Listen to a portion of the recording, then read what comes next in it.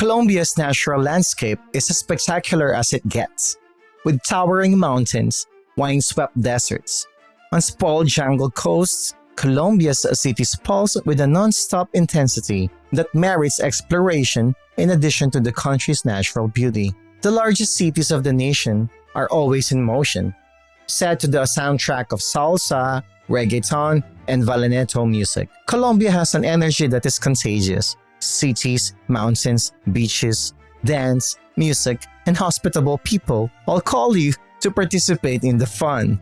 Are you ready to board that flight? Find out the top destinations in Colombia first. Number 1. Cartagena. Probably the greatest spot to start your adventure is in Cartagena, one of Colombia's oldest and best preserved cities. Spanish conquistadors found the city over 500 years ago, and it initially served as a fortification and a springboard for their inland forays before quickly becoming the political and economic hub for the Spanish vice aristocracy. The city's historic richness and significance are clearly visible today. A trip through the historic districts of El Centro and San Diego reveals numerous elegant houses holding eateries, boutique hotels, and museums that have all been beautifully preserved. The shady Plaza de Bolívar, the elegant House de Rafael Núñez, and the gruesome Palacio de la Inquisición, which chronicles the heinous deeds of the Spanish Inquisition, are among the highlights.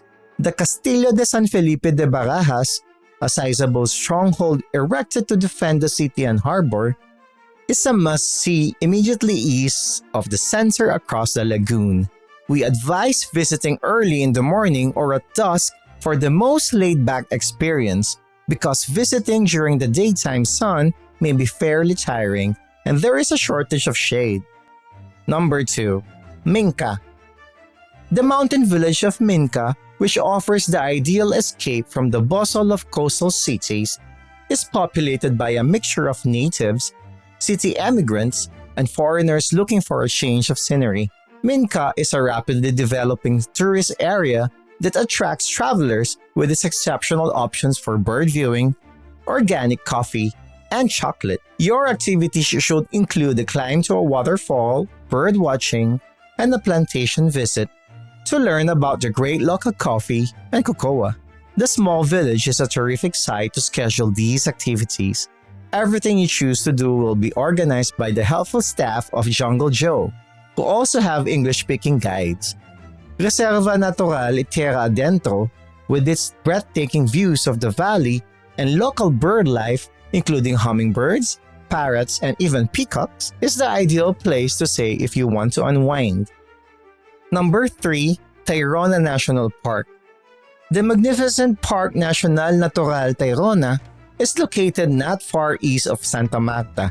Tairona is filled with the secret coves and remote sandy beaches, making it the ideal getaway from civilization. It spans a lovely stretch of the Caribbean coast covered in forests beneath the imposing Sierra Nevada de Santa Marta. The stunning Cabo San Juan del Gua Beach, which contains a restaurant and a campground, is the most well-liked beach in the area. Staying at Finca Barlovento on the beach at Los Naranjos at the east end of the park is a more opulent choice. Playa Cristal, which is reachable by boat from the adjacent Negangue, will be a more tranquil option for spending some time on the beach. Whether swimming or snorkeling, keep in mind that part of this coastline has a strong undertow. Ask locals about the currents before going too far out. Number 4.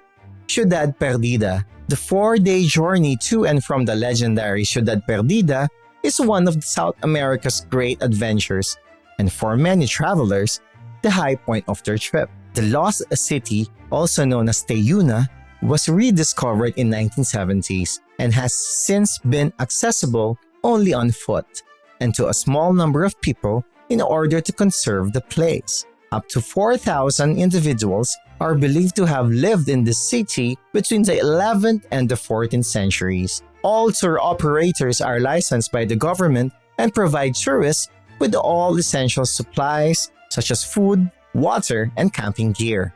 We suggest the reputable Expo Tour, whose native guides are educated about the nearby people, the region, and the archaeological sites. The hike starts at the end of the road in a settlement on the mountainside, and tourists depart from Santa Marta.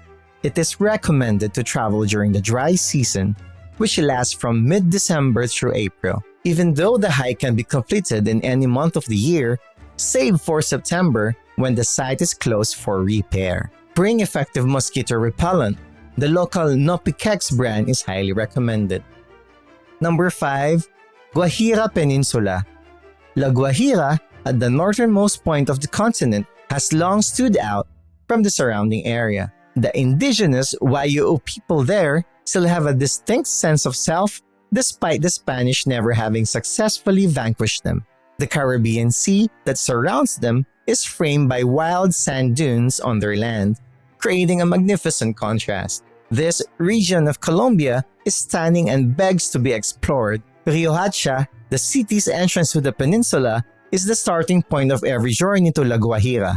It's vital to take your time when visiting the area because transportation can be unpredictable and take a while. Several tourists travel there to go kite surfing or wheel through the greatest desert in Colombia or see the flamingos in Santuario de Fauna y Flora, Los Flamencos. The northernmost tip of the continent is Punta Galinas, where Playa Tairona, maybe the nation's most gorgeous beach, lies tucked between the ocean and a sizable sand dune.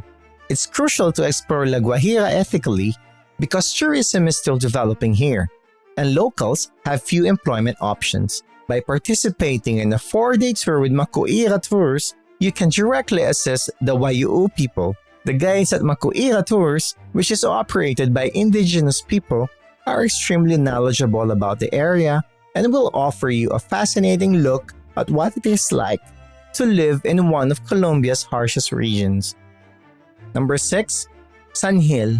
After leaving the north coast, action enthusiasts will love exploring San Gil, Colombia's hub for extreme sports.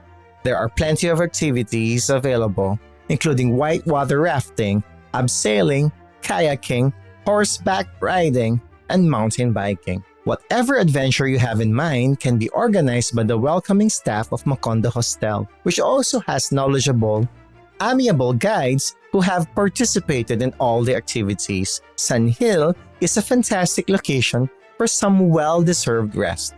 Park El Galineral, a magnificent, expansive reserve on an island in the Rio Fonce, is located on the eastern skirts of the city. Pescaderito, a collection of 5 swimming holes on the stream above the settlement of Corit, is located 15 minutes northeast of the city. Number 7. Bogota. Colombia's capital serves as a snapshot of the entire nation. In the midst of the chaos, you can locate the best restaurants and museums, as well as learn how the city is influencing the direction of the country. La Candelaria, the city's historic core, is directly below Cerro Monteserrate and its gleaming white church, one of Colombia's most well-known monuments. Is also a wonderful place to start if you want to explore Bogota. Although there are a ton of neighborhoods, eateries, and museums to discover in the city of over 10 million, the majority of the best spots are focused around the barrios of La Candelaria and Chapinero. The Museum Botero, which houses artwork by Picasso, Chagall, and Monet, as well as pieces by Medellin-born Fernando Botero, is a must-see when visiting Bogota, Colombia. The Museo de Oro, which has an incredible collection of ancient gold artifacts, is another place with top-notch displays. The most modern national cuisine may be found in Colombia's capital city. Every year, new eateries emerge that emphasize the use of seasonal Andean foods. Visit Mesa Franca El Cielo or the most established La Puerta Falsa for a culinary experience. Number 8. Medellin. Many tourists who have watched a particular TV show get the erroneous impression of Medellin. But after a few days in the second largest city in Colombia, the majority of them have quite different viewpoint. First off, the weather is perfect all year long, with daytime highs around 28 centigrade. around 28 degrees centigrade, and nighttime lows around 17 degrees, making any time of the year the ideal time to explore Medellin. The Poblado neighborhood, which offers many top-notch hostels and eateries that cater to backpackers, is where many tourists choose to stay. Other visitors prefer to stay in the green, affluent neighborhoods of Laureles or Belen, two of the greatest locations to stay in Colombia for a more authentic experience. The Museo Casa de la Memoria, which describes the causes of the struggle and the unique experiences of people who experienced it, is recommended for visitors who are interested in learning about the city's traumatic past and subsequent rebirth. A full day at Parque Ard, where you can go hiking, birdwatching, rent mountain bikes, or enjoy a picnic with a view of Medellin, is among the best things to do. The park is accessible by a cable car that soars high above the city. That getting there is half the enjoyment. The bandeja pasa, a platter piled high with pig, avocado, arepa, rice, beans, eggs, fruit, veggies, and additional pork for good measure, is recommended for tourists wishing to sample local cuisine.